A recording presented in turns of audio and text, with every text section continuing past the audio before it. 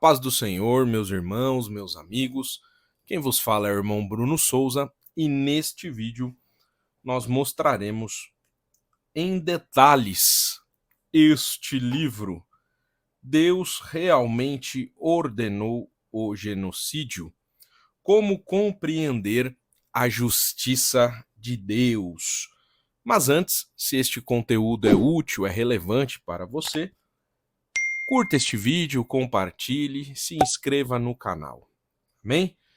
Este é um livro da editora Vida Nova, um livro de 398 páginas. Olha, o meu está todo marcado. Olha como eu li este livro de capa a capa. Olha aqui, meus irmãos, este livro foi escrito por Paul Copan e também por Matthew Flanagan. Então são os dois autores desta excelente obra. Como conciliar o Deus violento do Antigo Testamento com o Jesus amoroso? Quem nunca ouviu isto? Deixa eu aproximar aqui para fazermos a leitura juntos. Seria possível que uma divindade boa, generosa e amorosa ordenasse a matança de nações inteiras? Muitas vezes evitamos a leitura de passagens complicadas do Antigo Testamento e saltamos rapidamente para as páginas sobre Jesus, que ama os inimigos e é generoso em perdoar. Mas a pergunta permanece sem resposta. Nesta obra, Paul Copan une-se a Matthew Flanagan para lidar com algumas das passagens mais desconfortáveis das Escrituras. Juntos, eles ajudam cristãos e descrentes a compreender as implicações bíblicas, teológicas, filosóficas e éticas dos textos do Antigo Testamento que tratam de guerra, que tratam da guerra. Então, é justamente esta pergunta, juntamente com outras, né?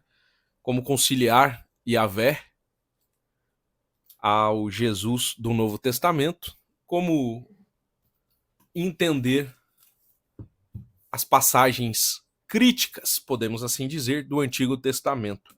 E também irá responder a pergunta: Deus realmente ordenou o genocídio? É uma acusação que muitos ateus têm feito ao nosso Deus, né? Vamos passar aqui, meus irmãos, mostrar o sumário para vocês. Deixa eu aproximar um pouquinho aqui. Faremos a leitura juntos.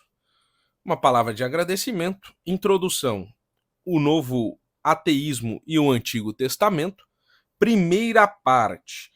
Primeira parte são textos relacionados ao genocídio e o problema da autoridade bíblica. Então, nesta primeira parte, ele vai tratar em 3 capítulos, que serão esclarecimento do problema, um argumento filosófico ateísta. Capítulo 2, o que significa afirmar que a Bíblia é a palavra de Deus?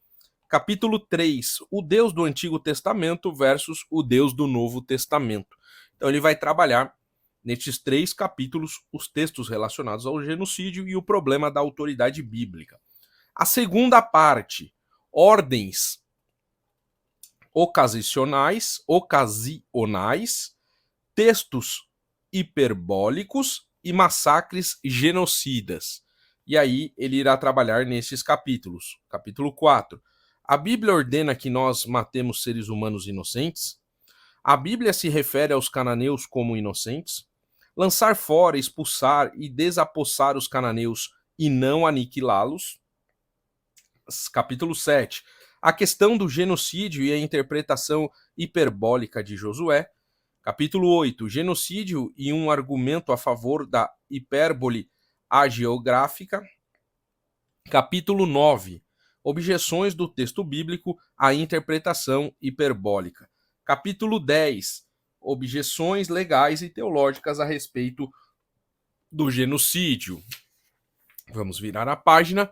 Aí aqui nós temos a terceira parte, que o título é sempre errado matar pessoas inocentes? Aí temos o capítulo 11, Teoria da Ordem Divina, Considerações Preliminares. Capítulo 12, a Teoria da Ordem Divina da Obrigação, o que ela é e o que ela não é.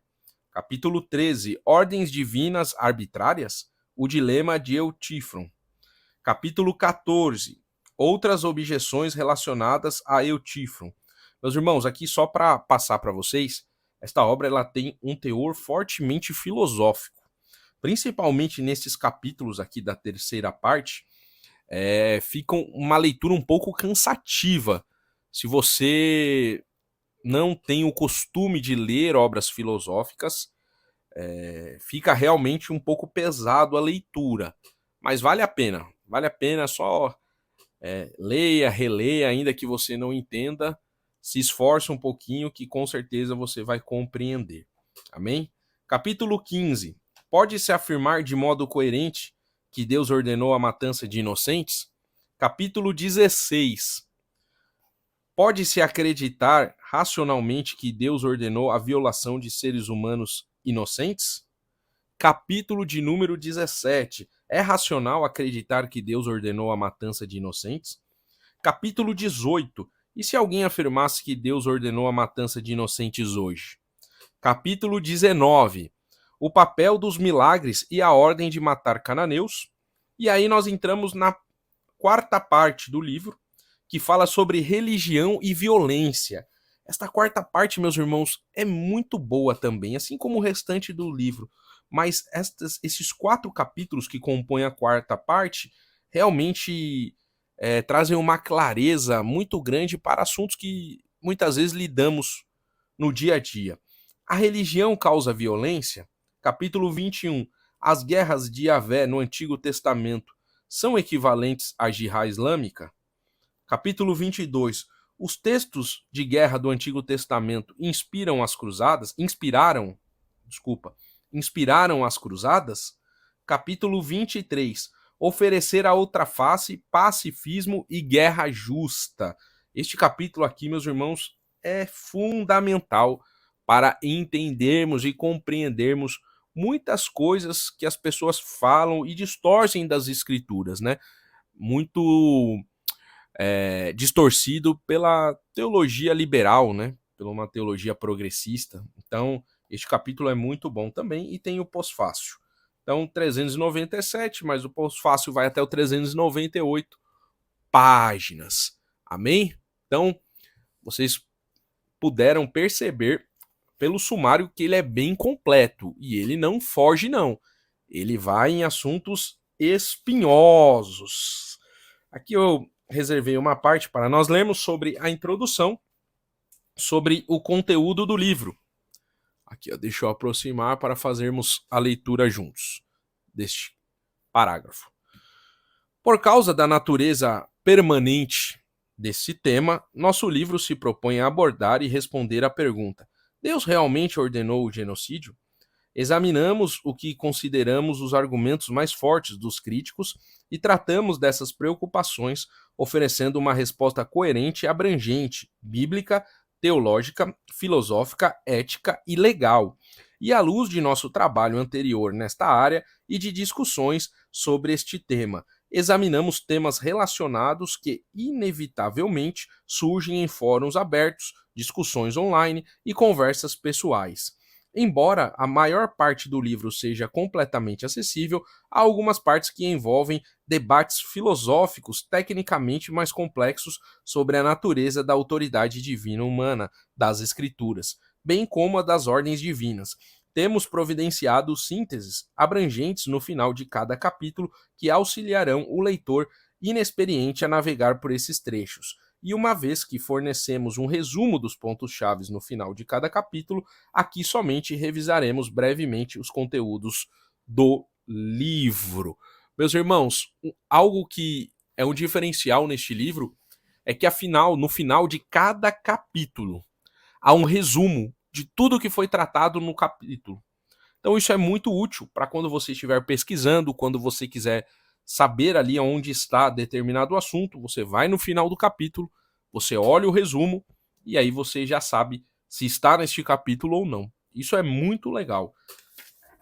Deixa eu passar aqui um pouquinho, que eu reservei também uma parte. Olha, o meu tá tudo marcado, riscado. Eu reservei uma parte aqui para nós falarmos sobre o capítulo 1. O que significa, na verdade é o capítulo 2, o que significa afirmar que a Bíblia é a palavra de Deus? E aqui há uma explicação. Deixa eu dar um zoom para fazermos a leitura juntos. E aí os irmãos têm uma ideia de como este livro trabalha, né? Como a dificuldade de leitura ou não, como foi dito ali, né, na outra parte.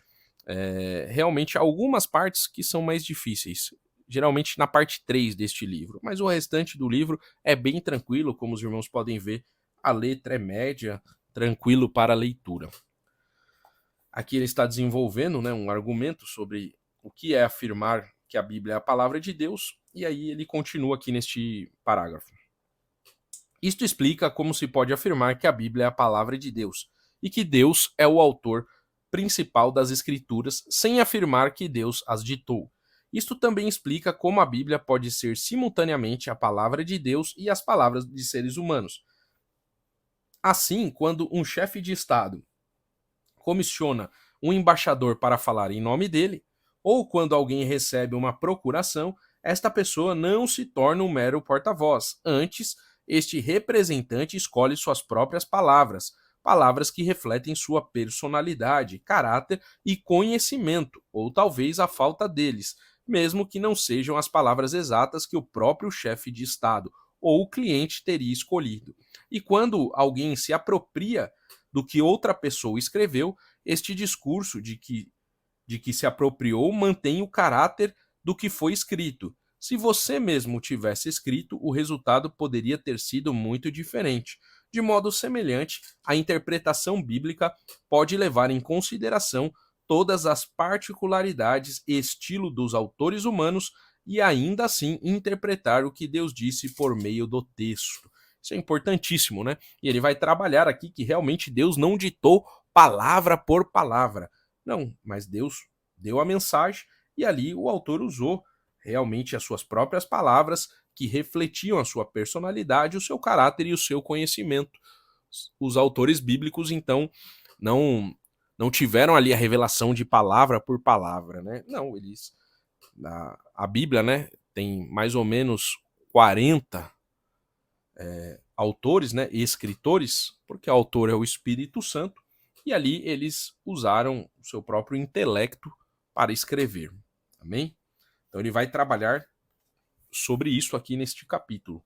O que significa afirmar que a Bíblia é a palavra de Deus. Olha aqui, meus irmãos, o final dos capítulos, de cada capítulo, olha como tem. Tem o resumo, e aí o resumo, ó, bem extenso de tudo aquilo que foi tratado neste capítulo. Por exemplo, os autores humanos das escrituras podem escrever livremente a partir da sua própria criatividade intelectual e compreensão teológica, ao mesmo tempo que Deus faz com que os livros bíblicos sejam a mensagem que ele deseja nos comunicar. Então aqui ele vai trazendo um resumo de tudo que ele tratou neste capítulo. Amém? Aqui o capítulo 3, o Deus do Antigo Testamento versus o Deus do Novo. Aqui ele vai citar Marcião, para quem conhece a história da igreja, já conhece muito sobre o Marcião, né? O nome Marcião não é bem quisto entre cristãos ortodoxos. À luz da sua convicção de que Jesus revelou o Deus bom e supremo, Marcião formou seu próprio cânon antijudaísta, de um Lucas revisado e de 10 cartas de Paulo. Para quem não sabe, Marcião considerava apenas o Evangelho de Lucas, né, algumas partes do Evangelho de Lucas e 10 cartas do apóstolo Paulo como as Sagradas Escrituras. De acordo com Marcião, o Deus do Antigo Testamento é muito diferente do Deus do Novo Testamento. Esta é uma crítica comum também hoje. E aqui ele vai trabalhar também o que os ateus falam, aquilo que Marcião já falava há muitos anos atrás. Então ele vai trabalhar desta forma. Amém, meus irmãos? Então aqui, olha, o Deus de Jesus é o Deus de Moisés. Aí ele vai trabalhar esses assuntos. Olha aqui. Em terceiro lugar, precisamos tomar cuidado para não apelar para a autoridade de Jesus de modo seletivo. Tem gente que só olha Jesus perdoando, né? As pessoas. Mas não olham Jesus quando ele chama a atenção dos fariseus, quando ele entra expulsando ali o comércio no templo. Não, esse Jesus, muitas vezes as pessoas ignoram, né? As pessoas geralmente citam o texto de João, o capítulo 8, que Jesus fala, né? Quem não tem pecado, que atire a primeira pedra. E as pessoas param aí o texto, né? E Jesus fala para a mulher, que era uma adúltera, fala, não tem ninguém para te acusar, nem eu. Vá em paz, e o que Jesus termina o versículo falando o quê? E não peques mais. Isso as pessoas muitas vezes ignoram. As pessoas pegam só os trechos que lhe interessam, né? Selecionam ali o que Jesus está falando. Infelizmente, essa é uma realidade hoje em dia, né? Capítulo 4. A Bíblia ordena que nós matemos seres humanos inocentes. Ele vai trabalhar aqui de várias acusações de muitos ateístas. Olha aqui, meus irmãos. O livro está bastante marcado. Aqui, capítulo 15, meus irmãos, pode-se afirmar de modo coerente que Deus ordenou a matança de inocentes? Uma coisa legal também nesta obra é que os autores usam muitos argumentos, artigos e até mesmo livros que o William Lane Craig escreveu. Para quem não conhece, o William Lane Craig é um filósofo cristão muito conhecido e os autores se baseiam em muitas afirmações dele para estruturar os seus pensamentos neste livro, nesta obra. Amém?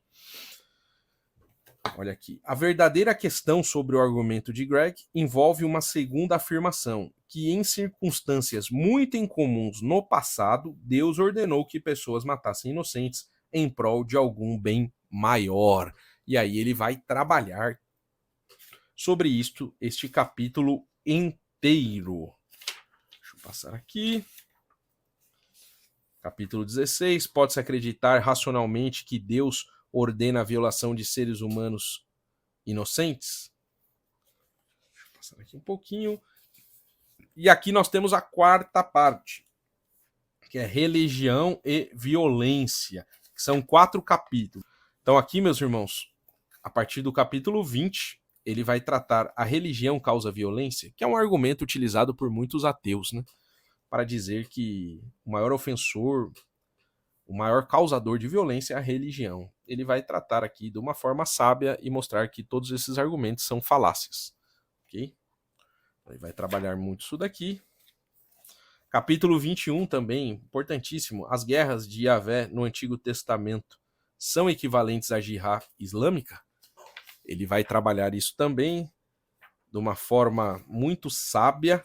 Aqui tem até no final deste capítulo, aqui tem este quadro bem interessante, meus irmãos. Deixa eu aproximar aqui. Olha aqui. As guerras de Yahvé no Antigo Testamento e a jihad islâmica.